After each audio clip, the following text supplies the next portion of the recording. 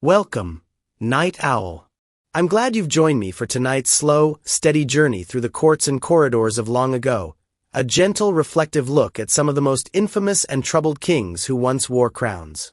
If you like calm historical stories that help you unwind, please subscribe so you don't miss future evenings like this one. And while you settle in, tell me in the comments where you are listening from and what time of night it is for you right now. Now, let us begin. History often reads like a mirror held to the human heart. Brilliant at times, fragile at others, reflecting the noblest impulses and the darkest fears.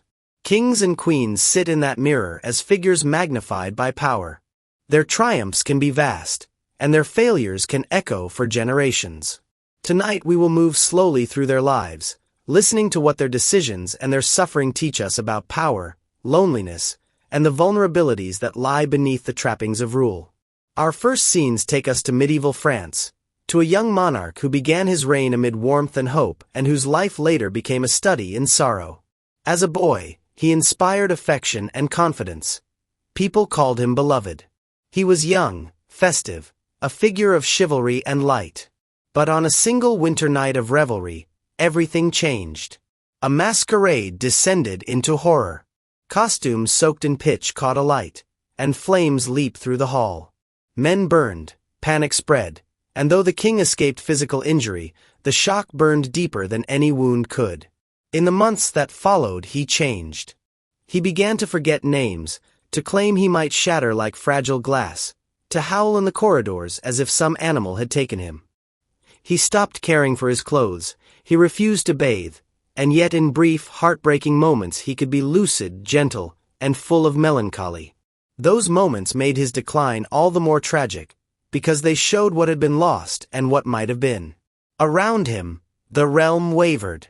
Noble factions smelled weakness and moved in. A power vacuum widened and foreign foes tested the kingdom. The life of one man, and the fragility of his mind, shaped the fate of a nation. From France we crossed the Channel to England, where a different kind of tenderness met a different kind of collapse. A king who loved prayer and books found himself swept into politics at an age when most are still children. He founded schools and favored learning, and yet his gentle nature rendered him ill-fitted to the razor edge of medieval power struggles. As an adult, he suffered a sudden and complete collapse of awareness. For a long time he lay unresponsive, unable to speak or recognize those around him, even failing to react to the arrival of his own heir. When the king's mind was clouded, ambition moved like a hungry tide across the kingdom, and the rivalry between rival houses erupted into open war. Factions who once argued in whispers now raised banners. The country unraveled into civil conflict. When the king briefly returned to lucidity, he could not restore what had been lost. Later, he would spend his final days as a prisoner, a broken figure whose brain had been riven by forces greater than any single man. Watching how a gentle scholar could be whittled down by politics and illness is a reminder that tenderness is not always armor against the blows of the world. Turn now, with me, to the northern kingdoms and the sharp, glittering court of a Renaissance prince who seemed made for brilliance. He spoke many languages, wrote poems, loved the stars, and yet his mind folded inward. Suspicion settled on him like a cloak. He believed conspiracies pressed close, and he allowed those fears to be fanned by others who wished to gain his favor or remove their rivals. He married a woman of the people, an act that enraged the noble families used to the careful exchange of dynastic blood. What followed was a spiral into violence and the infamous murders that still stain the memory of his time. On one terrible day he summoned noblemen and, in a fit of rage, murdered one with his own hand. The ripple of that violence was immediate. Allies turned aside, and brothers gathered armies. He was forced from his throne, taken into custody, and spent his remaining years shuffled between castles, sometimes allowed a gentle existence with his chosen companion, sometimes reduced to a shadow. His intelligence becomes the cruelest irony, because it made his fall all the more painful to watch. It is the image of a brilliant mind devoured by paranoia and grief. Eastward across the Great Plains, we come to a ruler whose very title admits the weight of his reputation. As a child he had learned fear and neglect. As a man he fused reform and terror in ways that remade a country and scarred it deeply. Early victories on campaign, legal reforms, and a renewed sense of central authority gave his reign a bright beginning. Yet grief and suspicion eroded him. The sudden death of a beloved wife convinced him she had been murdered by plotting nobles.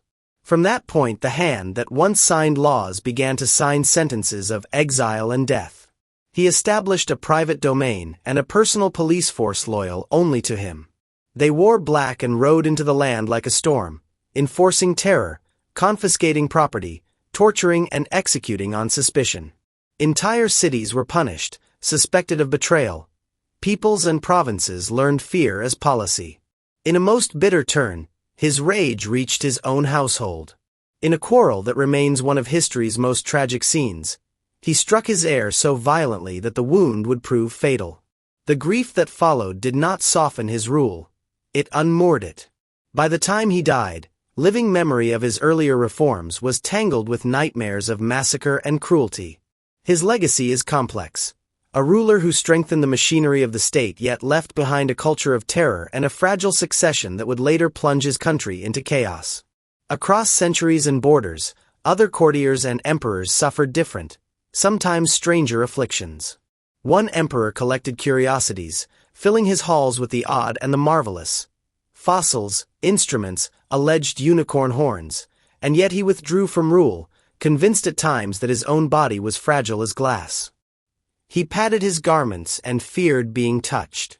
Whether metaphor or malady, the story lingers like a ghost. A ruler so treasured as a patron of the arts that his genius and his fragility both became the talk of courts and capitals. Another ruler of an earlier era, facing wars on many fronts and a treasury stretched thin, fell into behavior that today we would call erratic and dangerous. He would speak with angels, howl in audiences, and sometimes bite attendants who tried to calm him. His wife took up the reins of governance and, together with a trusted general, steered the empire through crisis until stability could be restored. The memory of such a reign is one marked by the fragility of human reason when it collides with the demands of a brittle state. There are stories of hereditary tragedy too, cases where dynastic choices left a royal child with physical and mental burdens no throne could ease. One monarch, the closing figure of a long imperial line, was the product of marriages intended to preserve power but instead preserved weakness. He suffered from deformity and chronic illness, and his mind never came to full maturity. For all the pomp and ceremony around him, decision-making fell to regents and favorites. He was fond of simple pleasures, clocks, small games, and in his private moments seemed like a gentle child trapped in a palace entirely unsuited to his needs. When he died without an heir, a great struggle unfolded over his lands, and an entire continent saw war sparked by the absence of a successor. His life is an extreme reminder that monarchy imposes demands on the human body and mind it cannot always answer. Our path through the past turns now to a king whose cruelty is carved into legend. He grew up amid hostage courts and hard learning, shaped by the often brutal diplomacy of his time. He used violence as architecture, erecting forests of stakes to warn his enemies, and yet he also defended his borders against a rising and violent neighbor. His brutality was not merely practical. It has echoes of pleasure for many observers. Stories tell of banquets with grisly company and punishments that went beyond retribution into ritual terror. Still, in the midst of this terror he sought to reinforce the order of his realm, to make his territory safe from invasion, and to impose his law on fractious nobles. The paradox of such a ruler is chilling. He became the inspiration for later tales of monsters and for one of the most famous stories of vampire lore, and yet in his own time he was a sovereign making a harsh bargain, security at the price of humanity. His end came in battle, and his head, some say, was sent as a trophy. What endures is the image of a man who used cruelty as currency, and in doing so made himself a figure remembered for horror and for the grim necessities of a violent age. What binds these tales together is not only violence and madness, but something quieter and more human: isolation. Power lifts a person above the ordinary circles of friends and family, but it can also put them in a place where truth goes unspoken and fear goes unexamined. A king sits surrounded by yes-men, protected by protocol, and starved of honest counsel. In such conditions, small illnesses can metastasize into ruin, grief can curdle into paranoia, and private wounds can become public disasters. The stories we have walked through tonight show how a crown can magnify a person's inner life until their private suffering reshapes nations. And yet, even amid these tragedies, there are moments of unexpected tenderness. A king who weeps at the death of a son, a deposed ruler whose chosen companion stays with him through imprisonment, a monarch whose brief flashes of clarity reveal a humane soul beneath the madness. Those moments remind us that these were not monsters by design.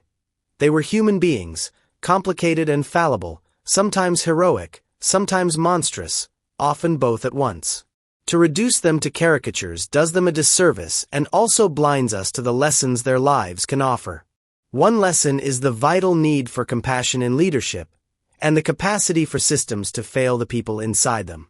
Before the modern era, mental illness was poorly understood and often treated as either sin or possession. A ruler might be seen as divinely appointed and therefore above the ordinary supports that care for illness. The result was a tragic mismatch. Those who needed help were instead subjected to the isolating cult of kingship. If there is a call from these histories, it is to build systems that support minds and bodies alike, to ensure that those who command also have access to counsel, to care, and to honest companionship. Another lesson is about the way the shadow of a single life reaches. The choices of one ruler, whether forged in fear or in conviction, ripple out through generations. A court quarrel can become a civil war. A deathbed decision can set a continent fighting. These stories remind us of a fragile truth. The human heart is small, but when it sits at the center of a state, its pulses are felt by millions. Power amplified personal tragedy into public catastrophe. Listening to these tales, it is easy to feel a cold dread, but if you let the stories settle, you may also find something softer, a call to humility. To lead with wisdom requires more than force. It requires listening, patience, and a capacity for restraint. It requires the courage to ask for help. The kings we have visited may have had armies and titles, but often what they lacked was something simpler and harder to obtain, a companion who could name their suffering and be heard. As we move toward the close of this evening, allow these images to wash slowly through you. Picture the hush of palace halls at night, a king pacing alone, a courtesan singing softly in the distance, a chamber lit by a single candle throwing long shadows. In those quiet spaces people were formed and undone. The stories of their failings do not exist merely to scandalize. They exist to humanize history, to make it a matter of hearts and choices rather than statistics and dates. When we remember that a ruler's madness or cruelty had faces and families and small, private moments, we deepen our understanding of the past and of ourselves.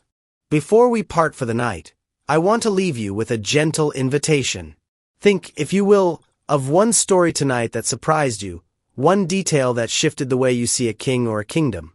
If you enjoyed this style of calm historical storytelling, please subscribe so these evenings can come again. If something in tonight's tales moved you, leave a comment with the place you are listening from and the time where you are. It helps build the strange, comforting map of who we are together in the night. And I would love to know which monarch surprised you most. The ruler whose beginning promised so much, or the sovereign who ended in terror. Which story did you feel more pity for, and which unsettled you most? Share a thought, even a single line, because every voice here matters. If you found this journey restful, give the video a like to help others discover it. And if you would like more nights like this, tell me in the comments which historical figure you would like to meet next. Would you like another slow walk through lost courts, a softer tale of forgotten queens, or another evening with the strange and the sublime? Your suggestions shape these nights. Now, as you close your eyes, imagine histories folding into sleep, the loud parts of the world growing distant, and the quiet parts of your own heart coming forward, a steady breath, a soft recollection, a small hope for gentler mornings. Rest with the thought that even the darkest pages of our history carry lessons that can guide us towards something kinder. Good night, dear listener, and sweet dreams. May you wake tomorrow with curiosity, with a little more compassion, and with a sense that the world can be made kinder by small, patient choices.